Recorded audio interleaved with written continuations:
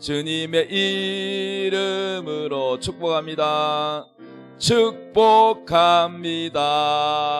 주님의 사랑으로 축복합니다. 예, 하나님께서 우리에게 주실 말씀은요, 누가복음 2장 8절에서 12절입니다. 다 같이 읽겠습니다. 시작. 그 지역의 목자들이 밤에 밖에서 자기 양떼를 지키더니 주의 사자가 곁에 서고 주의 영광이 그들을 두루 비추매 크게 무서워하는지라. 천사가 이르되 무서워하지 말라. 보라, 내가 온 백성에게 미칠 큰 기쁨의 좋은 소식을 너희에게 전하노라. 오늘 다윗 동네에서 너희를 위하여 구주가 나섰으니 곧 그리스도 주시니라. 너희가 가서 강보에 사여 구유에 뉘어 있는 아기를 보리니 이것이 너희에게 표적이니라. 아멘. 오늘 말씀 제목 따라합시다. 구유에 누이신 예수. 아멘. 오늘 성경에 보니까 예수님이 태어나시는데 만왕의 왕, 온 인류의 구원자 만왕의 왕 예수님이 태어나셨는데, 이 예수님이 구세주임을 사람들이 잘 몰라요. 그래서 그 지역에, 예수님이 태어난 그 지역에 목자들이 밤에 밖에서 자기 양떼를 지키고 있었어요. 아니, 밤에 무슨 양떼를 지키느냐 이렇게 할 수 있겠지만은, 예를 들면 우리나라도 옛날에 농사 지을 때 뭐로 농사 지었어요? 소로 농사 지었죠. 저는 도시에서 태어났지만은 외갓집이 시골이고, 그래서 제가 시골에 방학만 내면은 시골에 가서 제가 소도 타보고 소를 몰고 또 저 풀먹이로도 가보고 그랬어요. 우리나라는 이 풀이 많지만은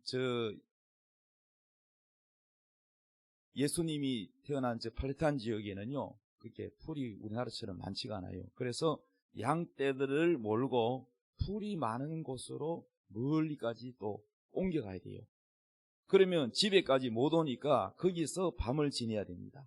그래서 늑대나 뭐 이런 짐승들이 양을 몰고 가지 못하게 이렇게 도로 이렇게 둥그렇게 우리를 만들고 그 양떼를 다 그 안으로 넣고, 그 입구에 어떤 문이 있는 게 아니라 목자가 딱 지팡이를 잡고 지키는 거예요, 밤새도록.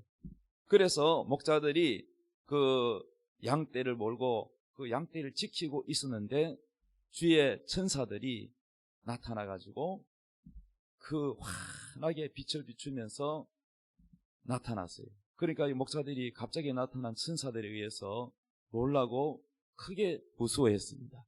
그랬더니 천사가 이러기를 무서워하지 말라. 보라, 내가 온 백성에게 미칠 큰 기쁨의 좋은 소식을 너에게 전한다.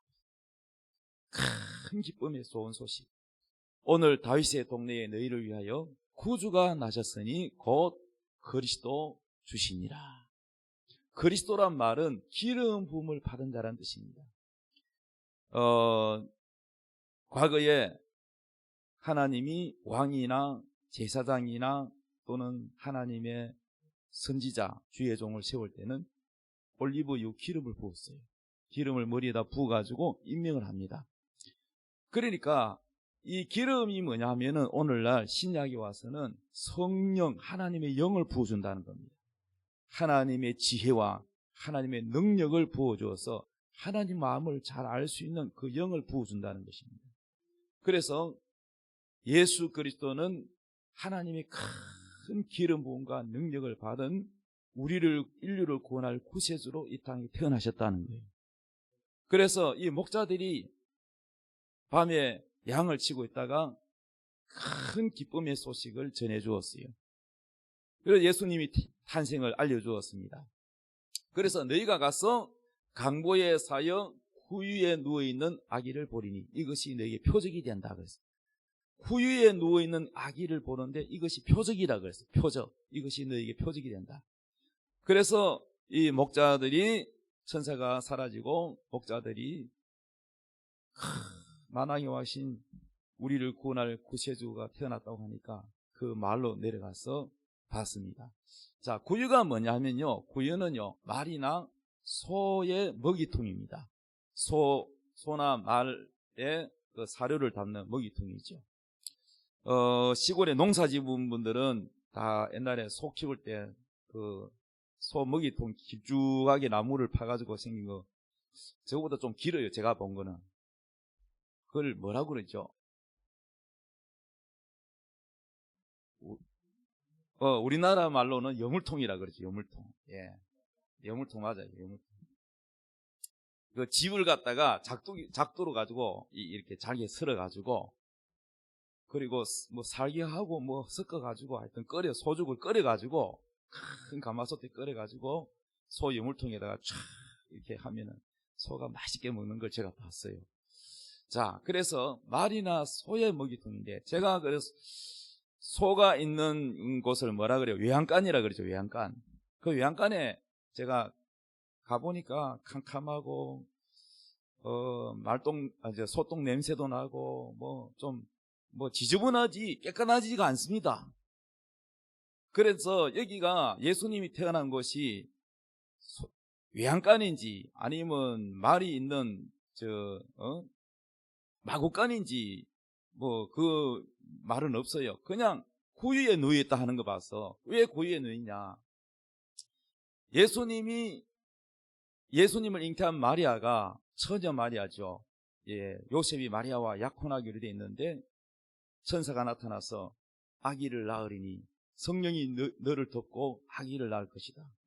그리고 이름을 예수라 하라 그랬어요. 아니, 나는 결혼도 아직 안 했고 처녀인데 어떻게 내게 그런 임신하는 일이 일어날 수가 있습니까? 그랬더니 대저 하나님의 모든 말씀은 능치 못함이 없느니라.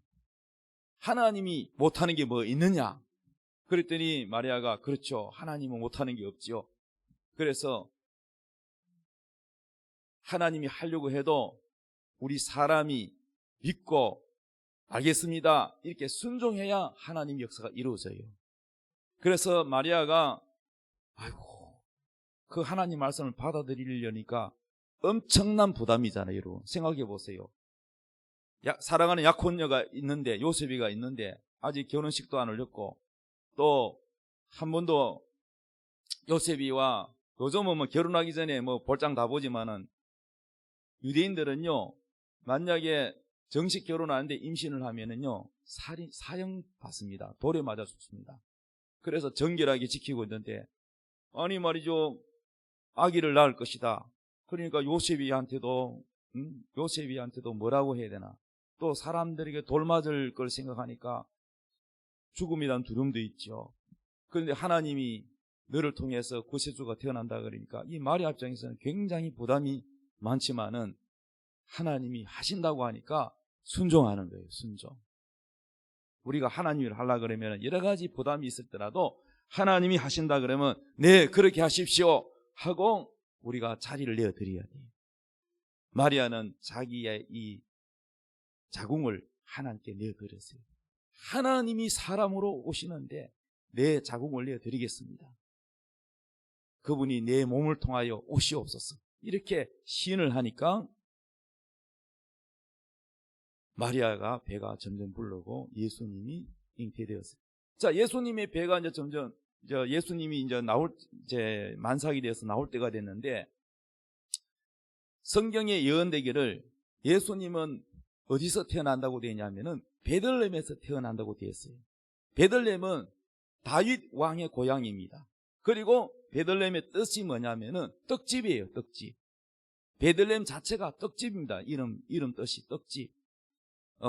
그래서 예수 믿는 사람은 떡집 하려면은 베들레헴 떡집이라고 하면 돼요. 베들레헴이라는 이름 자체가 떡집이에요. 그 왜 떡집이 베들레헴에 태어나느냐 하면요, 이것도 다 영적 의미가 있어요. 예수님이 살아계실 때 제자들에게 떡을 떼어주면서 받아 먹어라. 이는 내가 너희를 위하여 주는 내 살이다 그랬어요. 예수님은 하늘로서 내려온 우리에게 영생을 주는, 생명을 주는 하늘에서 내려온 떡이다 그랬어요. 그래서 나를 먹고 내 살을 먹고 내 피를 마시는 자는 죽어도 살겠고 부활하겠고 영생을 얻는다 그랬어요. 그래서 예수님이 주시는 이 예수님 자신이 뭐냐면 떡으로 이 땅에 오신 것, 떡, 생명의 떡으로 오셨다는 거예요. 그럼 우리가 예수님을 무슨 식인종도 아니고 어떻게 예수님을 먹습니까? 예수님의 살을 먹고 예수님 피를 마십니까? 이해가 안 되는 거죠, 육신의 생각으로. 이거는 영적인 의미로 예수를 믿는다는 의미입니다. 예수님을 먹는다는 의미는 예수님을 내 마음에 영적으로 믿는다는 것입니다. 믿으면 우리 예수님의 살이 되고 예수님의 피가 우리 안에 들어와서 우리의 모든 더러운 죄가 깨끗해지고 우리가 영생을 얻고 부활의 약속이 이루어진다는 것입니다. 그래서 예수님이 베들레헴에 태어난 이유가 바로 뭐냐? 살아있는 영생을 주는 떡이신 예수님이 이 땅에 오셨다는 겁니다. 그래서 베들레헴에서 태어나신다고 예언되어 있기 때문에 예수님이 베들레헴에 태어나야 되는데, 그러면 마리아가 예수님을 잉태했는데 어디로 가야 돼요? 베들레헴에 가야 되죠. 성경 말씀이 이루어지려면. 그래서 하나님께서는 이 말씀을 이루기 위해서 로마 황제가 인구조사를 하게끔 했었어요. 그때 로마의 지배가. 그래서 전 나라가 인구조사 때문에 자기 본적지로 돌아가야 되는 거예요. 그래서 대인구 이동이 일어났는데 요셉이 고향이 어디입니까? 요셉이는 다윗의 후손이거든요. 그러니까 마리아를 데리고 어디 갑니까? 베들레헴으로 이동을 해야 됩니다. 그러니까 베들레헴의 사람들이 얼마나 많이 막 객지에서 고향을 찾아오니까 갑자기 사람들이 북적거리니까 여관이요 많으니냐, 민박도 많으니냐. 그러니까 오니까 잘 곳이 없어요. 그런데 예수님은 태어나기는 베들레헴에 태어나 있는데 예수님이 누울 방이 없는 거예요. 그래서 그를 보다 못해 부탁을 했더니 어떤 주인이 마구간인지 외양간인지 마구간이라고 칩시다. 마구간에다가 거기라도 빌려드릴 테니까 거기에 계시라고. 그래서 예수님이 결국은 베들레헴에 태어나시는데 마구간에 거기에 말구유에 누이신 겁니다. 여기 계신 분 중에서 외양간이나 마구간에 태어나신 분 손 들어보십시오. 농담이죠, 손 드신 분.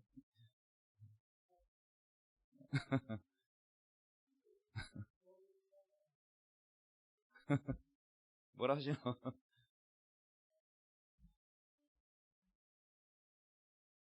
다 그래도 안방에서 태어나신 건 아니면 병원에서 태어나셨잖아. 맞죠? 예, 따뜻한 구들방에서 말이죠. 근데 여러분은 예수님보다 다 그래도 좋게 태어나셨는데 우리 예수님은 온 인류를 위해서 오신 만왕의 왕이시고 또 그분은 원래 근본 누구냐? 하나님이신데 이렇게 사람으로 이 땅에 오셨는데, 아니 그 하나님을 좀 좋은 데 모셔야 되는데 태어나기 사람으로 태어났는데 말구유에 태어났다니까 참 여러분 마음이 어떻습니까? 그래서 이 마구간은요 말 냄새가 나고 말똥 냄새가 나고 큼큼하고 답답하고 칙칙하고 그런 곳입니다. 깨끗한 곳이 아닙니다. 그 왜 저런 말구유 마구간에 오셨을까? 성경에 이렇게 말씀합니다. 성경 구절을 내가 하나 빠뜨렸네.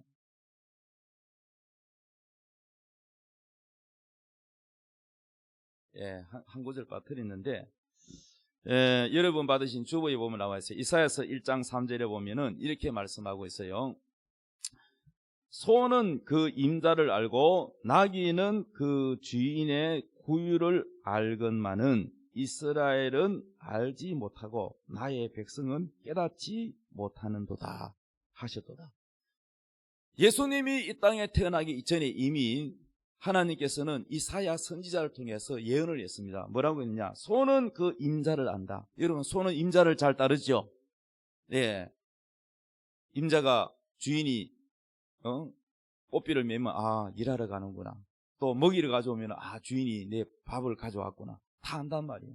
소는 그 임자를 알고 나귀는 그 주인의 구유를 알건만은 이스라엘은 알지 못하고, 이스라엘은 뭐니까 자기 백성이잖아요.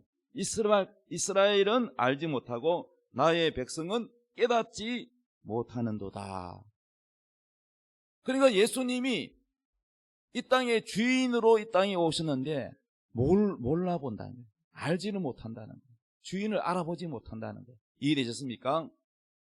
자, 요한복음 신약성경 요한복음 1장 10절부터 읽어봅시다. 시작. 그가 세상에 계셨으며 세상은 그로 말미암아 지은 바 되었으되 세상이 그를 알지 못하였고 자기 땅에 오매 자기 백성이 영접하지 아니하였으나. 자, 여기 보니까 그가 세상에 계셨으며, 이 말은 뭐냐? 그분은 이 세상이 있기도 전에 계셨다는 거예요. 벌써 오래전부터 계셨다는 거예요. 세상은 그로 말미암아 지은 바 되었다. 이 말이 뭐냐? 이 모든 세상은 그로 말미암아, 그가 누구야? 예수님이죠. 이 세상은 예수님으로 말미암아 지은 바 되었다. 바꾸고 말하면 예수님이 온 세상을 만들었다 이 말이에요. 그러니까 이 온 세상에 만든 창조주가 누구냐? 예수님이라는 거예요. 저는 예수 믿기 전에 예수 그리스도가 위인전기에 나오는 훌륭한 세종대왕이나 석가모니나 그런 분인 줄 알았어요. 훌륭한 사람, 훌륭한 위인 중에 한 분으로 알았어요. 그러나 제가 예수를 믿고 예수님에서 깨닫게 된 것은, 내가 소스라치게 놀란 것은 그분은 평범한 우리와 같은 사람이 아니었다는 거죠. 우주를 창조하시고 사람을 만든 주인이셨다는 거예요. 모든 우주 만물을, 작은 곤충까지도 만든 창조주 그가 사람으로 이 땅에 오셨다는 거예요. 그게 왜 오셨느냐? 나를 위해서, 여러분이 오셨다는 거예요. 예수님의 탄생은 그냥 탄생이 아니고 여러분을 위해서 오셨다는 거예요. 그래서 우리가 이 성탄절은 어떤 나라에 이스라엘만 국한된 어떤 행사가 아닙니다. 온 인류 전 세계가 다 환영하고 성탄절을 기뻐해야 되는 이유가 우리의 인류의 죄의 문제를 해결하기 위하여 오셨기 때문입니다. 누가요? 하나님이 사람으로 오셨다는 거예요. 나는 여기에 큰 충격을 받았어요. 예수님에 대해 잘 몰랐어요. 예수 믿기 전에는. 근데 예수님에서 알고 난 뒤에는 내가 놀랐어요. 야, 그분이 그냥 사람이 아니구나. 그냥 훌륭한 위인이 아니구나. 하나님이 사람으로 오셨다는 거예요. 그래서 요한복음 1장 10절에 그가 세상에 계셨으며 세상은 그로 말미암아 지은 바 되었으되 세상이 그를 알지 못하였다. 알아보지 못한다는 거예요. 알지 못하였고 11절 자기 땅에 오매 자기 백성이 영접하지 아니하였다. 아니, 환영하고 영접해야 되는데 환영해 주지 않아요. 오히려 그를 십자가에 못 박아 죽여버렸어요. 그래서 12절에 이렇게 말씀합니다. 영접하지 아니했지만, 이스라엘 백성들이 자기 예수님을 주인을 몰라보고 영접하지 아니했지만 영접하는 자, 환영하는 것만, 곧 그 이름을 믿는 자. 영접을 어떻게 하느냐? 예수님을 어떻게 영접하느냐? 예수 이름을 믿는 것이 영접하는 것입니다. 따라합시다. 영접하는 자, 곧 그 이름을 믿는 자. 예수 이름을 믿는 자가 예수님을 내 마음에 영접하는 거예요. 내 마음에 예수님을 모셔드리는 것이 영접입니다. 그 이름을 믿는 자들에게는 하나님의 자녀가 되는 권세를 주셨다. 오직 유일하게 하나님을 아버지라고 부를 수 있는 분은 예수님이에요. 예수님은 친아들이에요. 독생자 친아들인데, 우리는 원래 죄의 아들, 죄의 주인은 누구예요? 마귀지요. 우리는 원래 하나님 자녀가 아니었어요. 우리는 누구의 자녀냐? 죄의 종, 죄의 아들, 마귀의 자녀였어요. 진노의 자식, 심판받아야 되고 당연히 죄인은 지옥 가야 되는데 예수님을 마음에 모셔드리고 믿으면 우리가 하나님의 자녀가 되는 권세가 주어진다. 마귀의 자녀에서 하나님의 자녀로 바뀌어진다는 거예요. 할렐루야. 이렇게 예수를 믿고 구원받는 것이 하나님의 뜻이래요. 13절, 이는 혈통으로나 육정으로나 사람의 뜻으로 나지 아니하고 오직 하나님께로부터 난 자되니라. 여러분이 예수를 믿게 된 것은 여러분의 어떤 혈육의 뜻이 아니고 사람의 뜻도 아니고 여러분이 예수를 믿어서 하나님의 자녀가 된 이 자체가 하나님의 계획에 의해서 이루어졌다는 거예요. 우연히 된 게 아니라는 거예요. 여러분이 예수 믿는 거 하나님 뜻이에요. 그러므로 여러분은 더욱 하나님께 감사해야 돼요. 여러분 하나님 자녀 된 거 후회하는 사람 있습니까? 없지요. 하나님 자녀 된 거 감사하십니까? 천국 가게 된 거 감사하십니까? 죄 용서 받는 거 감사하십니까? 이렇게 된 것이 하나님의 뜻이라는 거예요. 그래서 14절에 한번 읽어봅시다. 시작. 말씀이 육신이 되어 우리 가운데 거하심에 우리가 그의 영광을 보니 아버지의 독생자의 영광이요 은혜와 진리가 충만하더라. 말씀이신 하나님이 뭐가 됐어요? 육신은 사람이잖아요. 하나님 원래 육신이 없어요. 영입니다. 눈으로 볼 수 없어요. 영이신데, 그런데 눈으로 볼 수 있고 손으로 만질 수 있는 분이 누구냐? 예수님이에요. 하나님은 하나님인데 사람으로 오셔서 하나님이면서 동시에 사람인 분이 누구냐? 예수님이라는 거예요. 그래서 말씀이 육신이 되어 우리 가운데 거하심에 우리가 그의 영광을 보니까 아버지의 독생자의 영광이요 은혜와 진리가 충만하더라. 할렐루야. 로저 케네디라는 분이 저 여자분인데요, 미국 케네디 대통령의 친어머니입니다. 저 로저 케네디가 젊었을 때, 결혼하고 얼마 안 됐을 때 이제 아이를 낳았어요.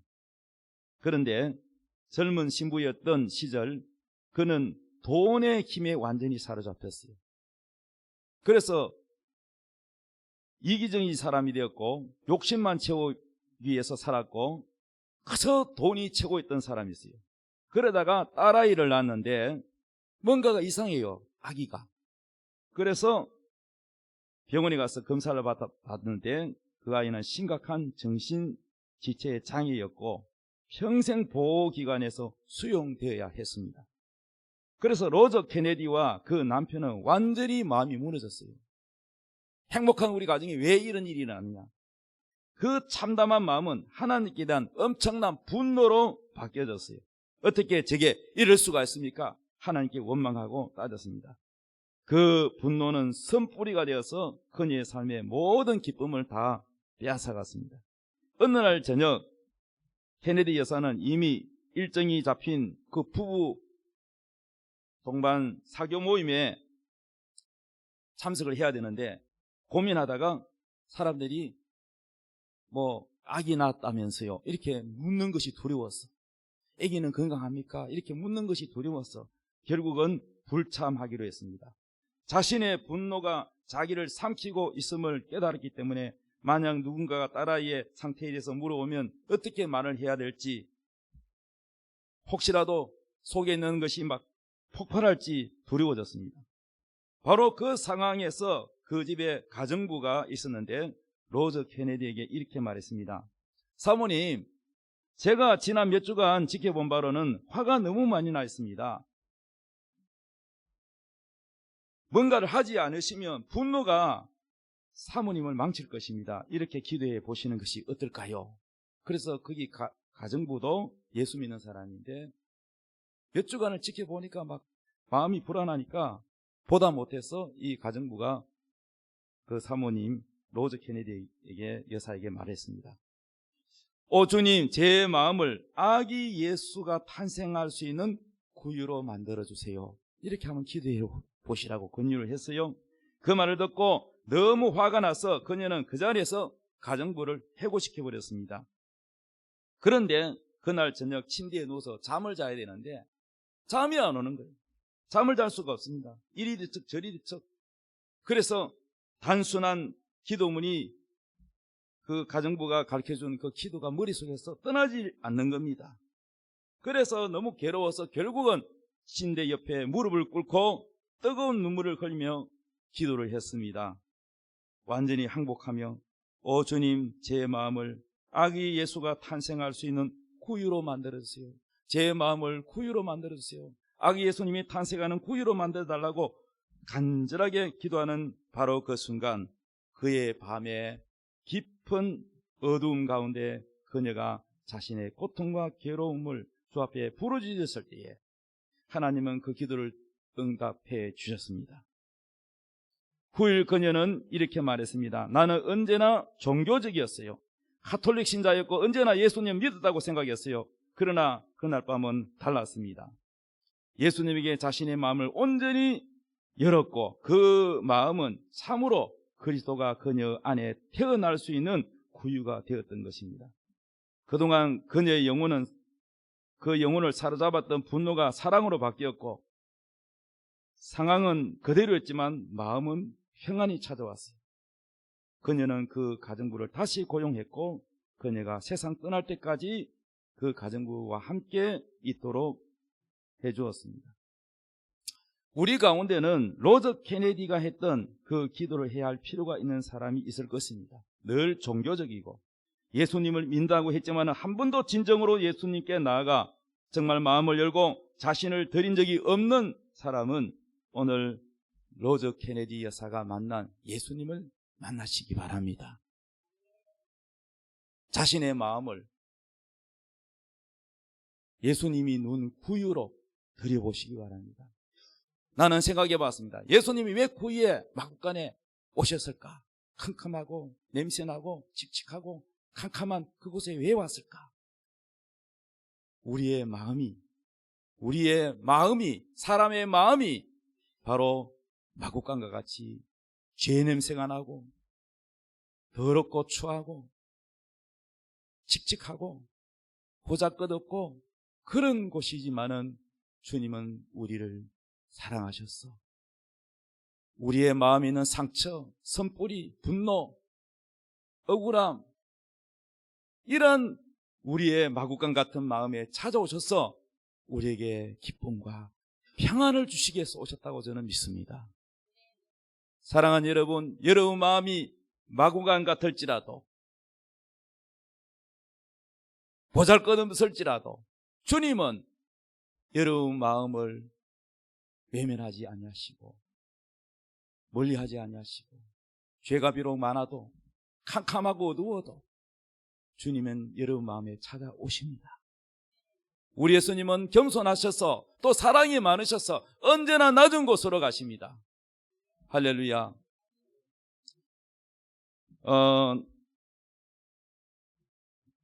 마지막으로 예화를 들고 마치려고 합니다. 미국에 어떤 큰 교회가 있습니다. 10,000명이 넘게 모이는 대형 교회입니다. 그런데 어떤 노숙인이 그 교회 앞에서 며칠째 거기에 앉아가지고 구걸을 합니다. 좀 도와주십시오. 그런데 교인들이 지나가면서 그 노숙인을 보고도 아이고 해피는 왜 또 이 교회 앞에 와 있냐 그러면서 인상을 찌푸리면서 교회에 들어갑니다. 아무도 그에게 도와주는 사람이 있고 친절하게 인사를 건네주는 사람도 없고 따뜻하게 말을 거는 사람도 없고 했습니다. 그래서 드디어 이제 주일날 예배 시간이 왔습니다. 그런데 성도들은 일찍 와서 자리에 앉았습니다. 그리고 마음이 다 들떠 있습니다. 왜냐하면 오늘부터 새로운 목사님이 부임하는 날이기 때문입니다. 그래서 성도들이 기다리고 있는데 그 노숙인이 예배 시간에 맨 앞자리 와서 앉아 있습니다. 그랬더니 안내하는 사람이 냄새나고 사람들이 인상을 쓰고 싫어하기 때문에 자기 뒤가 앉으시라. 그리고는 뒤로 모시고 저 맨 뒤에 앉게 하셔서 그 드디어 이제 안내하는 사회자가 나와서 오늘 새로 부임한 목사님이 방금 도착했습니다. 나오시겠습니다. 그렇게 성도들이 다 박수를 치면서 이제 기대를 하는데 노숙인이 저 뒤에서 나오더니 단상 위에 올라갑니다. 그리고는 서가지고는 한참 말이 없다가 입을 여는 겁니다. 제가 바로 부임한 아무개 목사입니다. 저는 며칠 동안에 노숙인으로서 교회 앞에 있었습니다. 그러나 아무도 제게 친절하게 대해주는 사람이 없었습니다.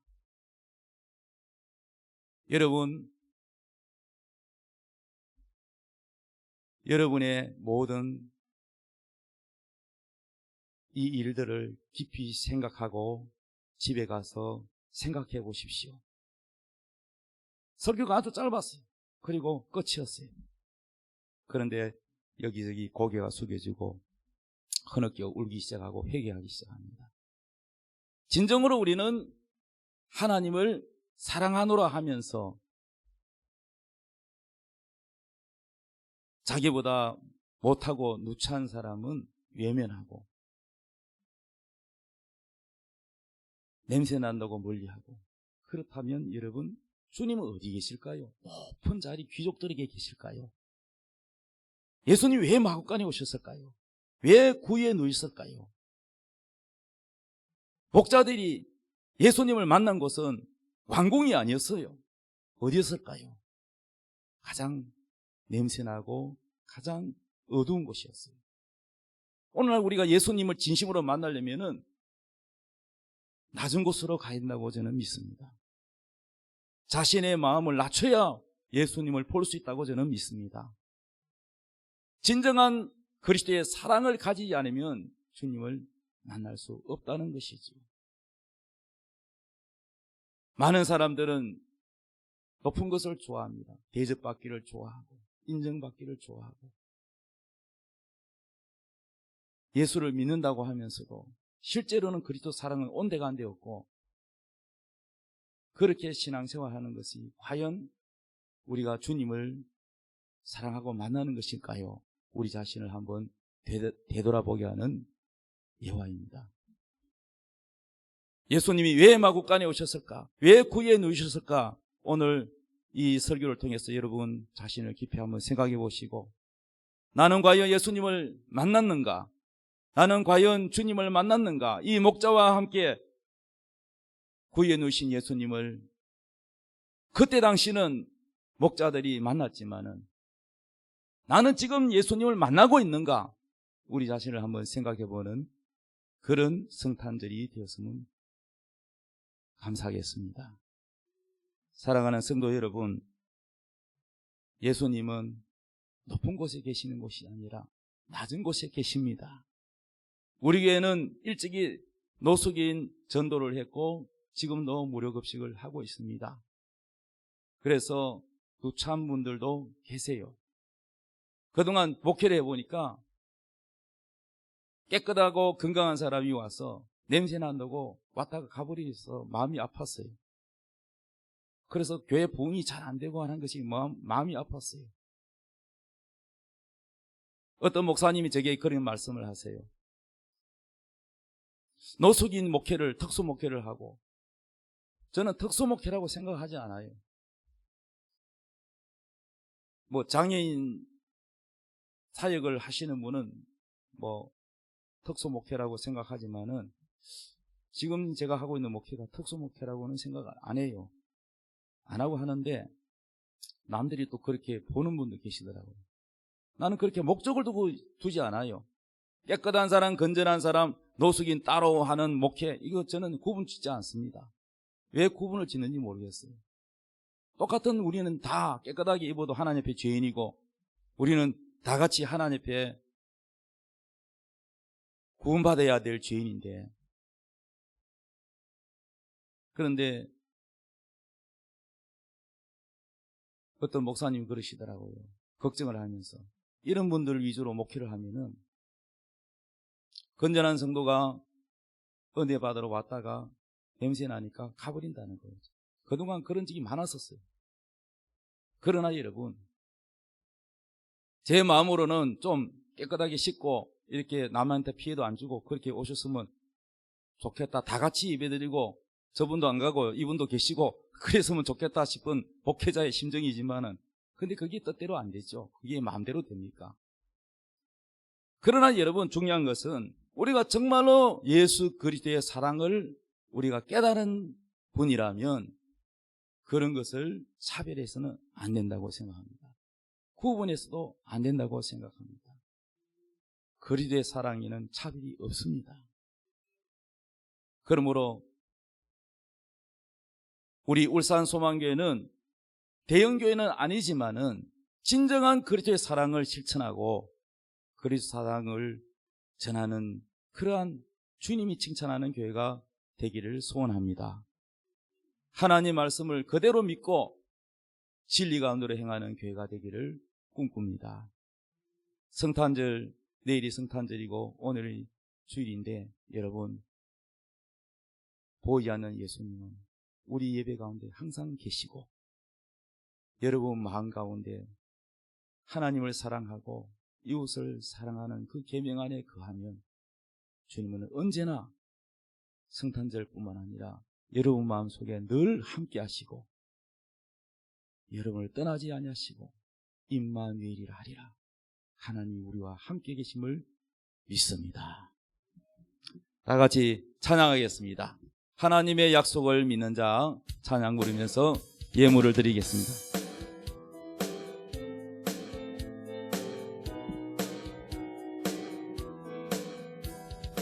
하나님의 약속을 믿는 자, 하나님을 기쁘게 하는 자, 하나님의 명령을 지키는 자 반드시 성공하리라. 내 소원대로 이루어지리라. 내 기도대로 응답이 되리라. 내 믿음대로 이루어지리라. 하나님이 도와주시니 하나님의 약속을 믿는 자, 하나님을 기쁘게 하는 자, 하나님의 명령을 지키는 자 반드시 성공하리라.